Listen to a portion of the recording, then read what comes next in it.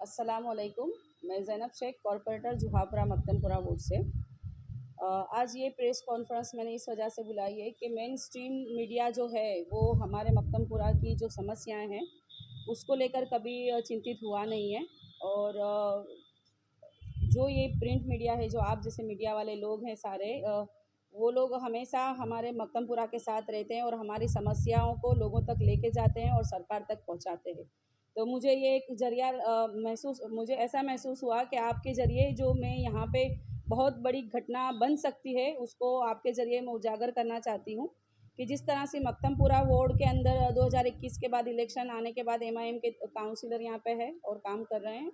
और मैं एमआईएम से काउंसिलर हूँ, यहाँ पे लगातार 4 सालों से काम कर रही हूँ अपने संगठन के साथ। और विस्तार की जितनी भी समस्याएं हैं वो सरकार तक लेके जाना मेरी फ़र्ज़ में आता है और वो हमेशा मैं करती रहती हूँ।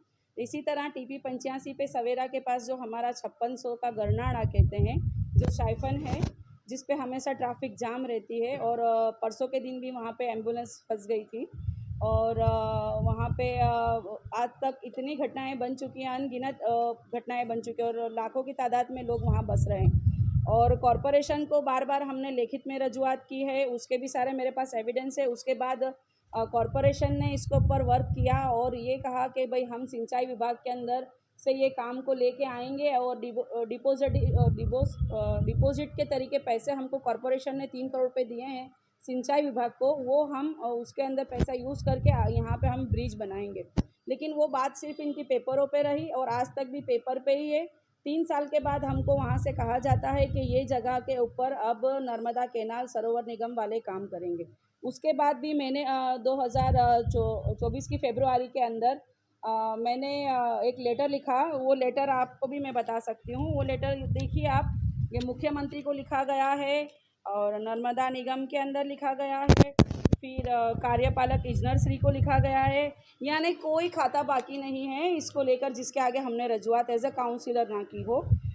लेकिन वहाँ से कोई चीज़ हो ही नहीं रही है, ये काम एक दूसरे के ऊपर ढोला जा रहा है।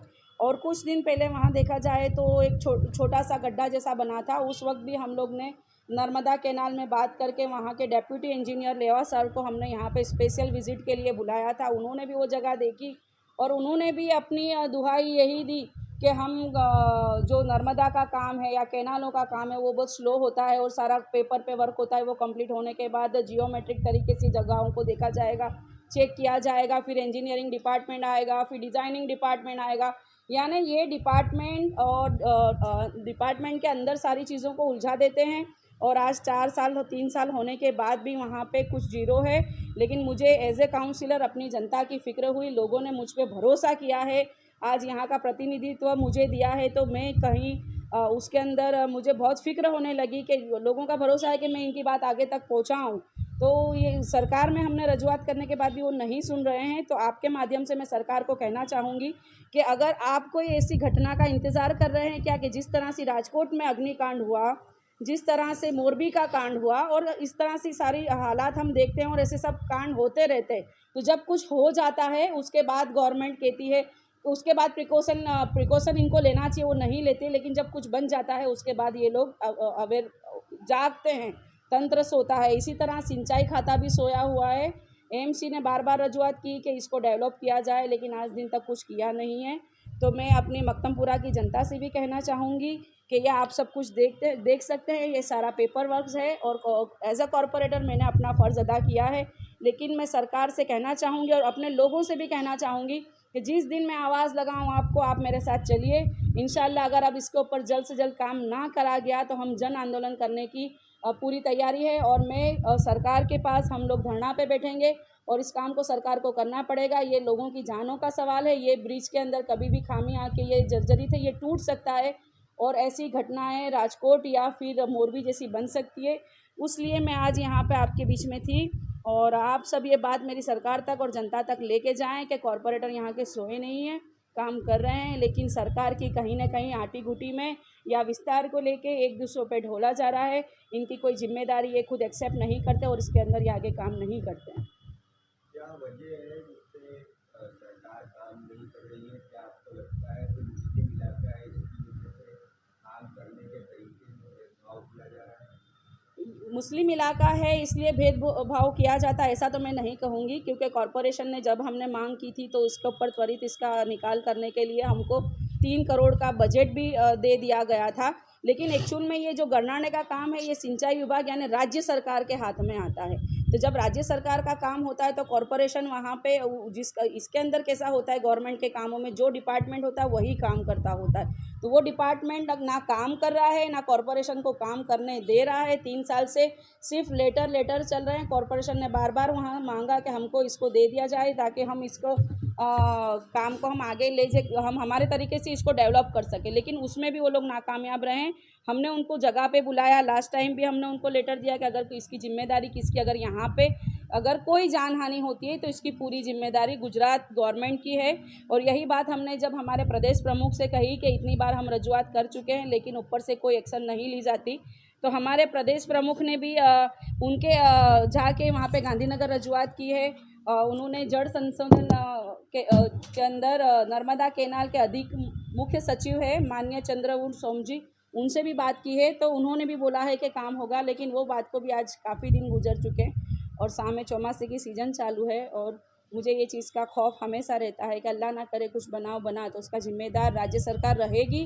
अगर उनको काम नहीं करना तो जनता अब इनका सामना करेगी। मैं एज ए कॉरपोरेटर मेरी जनता लेके मैं हल्ला बोल करूँगी इनके ऊपर और हम धरना करेंगे और इनको जल्द से जल्द जवाब करना होगा कि अगर ऐसी घटना बनती है तो उसका जिम्मेदार कौन है और ये क्यों काम नहीं करते हमारे विस्तार में, वो इनको जवाब देना पड़ेगा हमको उस दरमियान में।